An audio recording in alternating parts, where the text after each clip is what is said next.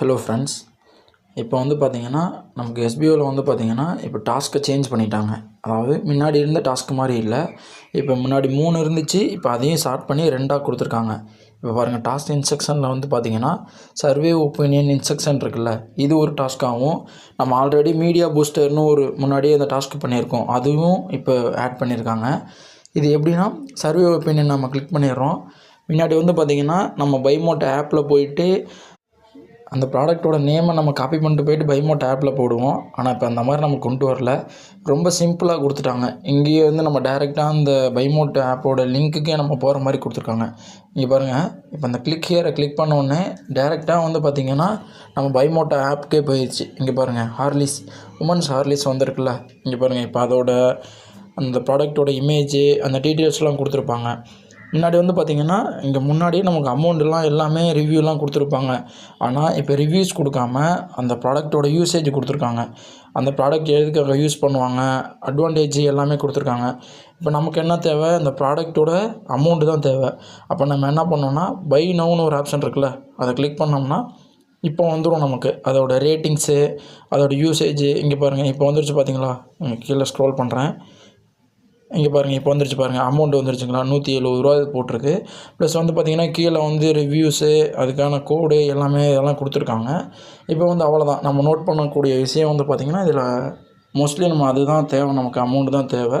இதிலே பாருங்கள், இந்த யூசேஜ்லாம் கொடுத்துருக்காங்க.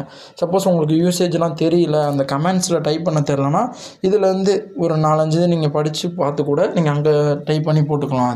அது கொஞ்சம் யூஸ்ஃபுல்லாக இருக்கும். அது மாதிரி இதே மாதிரி நம்ம 3 டாஸ்க் பண்ணணும். பர் டேக்கு 3 டாஸ்க் இருக்கிறதுனால ஒவ்வொரு ப்ராடக்ட்டுக்குமே மாறும். இப்போ என்ன பண்ணுறோன்னா, இப்போ அந்த பைமோட் லிங்க்குள்ளே இருந்து திருப்பி நம்ம எஸ்பிஓக்குள்ளே வந்துடுறோம். நம்ம எஸ்பிஓ போர்ட்டலுக்குள்ளே வந்தோடனே திருப்பி நான் என்ன பண்ண போகிறேன், அந்த ப்ராடக்ட்டோட அமௌண்ட் பார்த்துட்டேன், ரிவ்யூஸ் பார்த்துட்டேன்.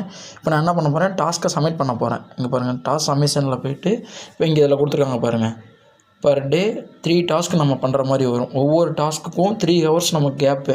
இப்போ நம்ம காலையில் 6 மணிக்கு பண்ணோன்னா திருப்பி வந்து 9 மணி, திருப்பி 10 மணிக்கு பண்ணணும். அப்படி காலையில், மதியம், நைட்டு இந்த மாதிரி நம்ம வச்சுக்கிட்டோம்னா கொஞ்சம் ஈஸியாக இருக்கும். அந்த 3 டாஸ்க்குக்குமே தனித்தனி ப்ராடக்டாக நமக்கு வரும்.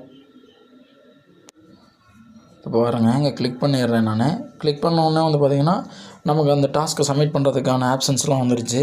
ஃபஸ்ட்டு இதில் வந்து நம்ம மோஸ்ட்லி ஒவ்வொரு நாளைக்கு ஒவ்வொன்று கூட கொடுக்கலாம். நம்ம இதில் படித்து பார்த்து இது பண்ணோம்னா ரொம்ப யூஸ்ஃபுல்லாக இருக்கும்.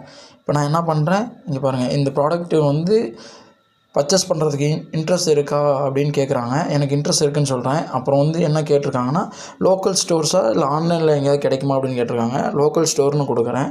அடுத்து வந்து பார்த்திங்கன்னா இதோட அமௌண்ட்டு கேட்டிருக்காங்க. பைமோட்டோட ப்ரைஸ், நம்ம போய் அந்த பை நவ் கொடுத்து ப்ரைஸ் பார்த்தோம்னா அது.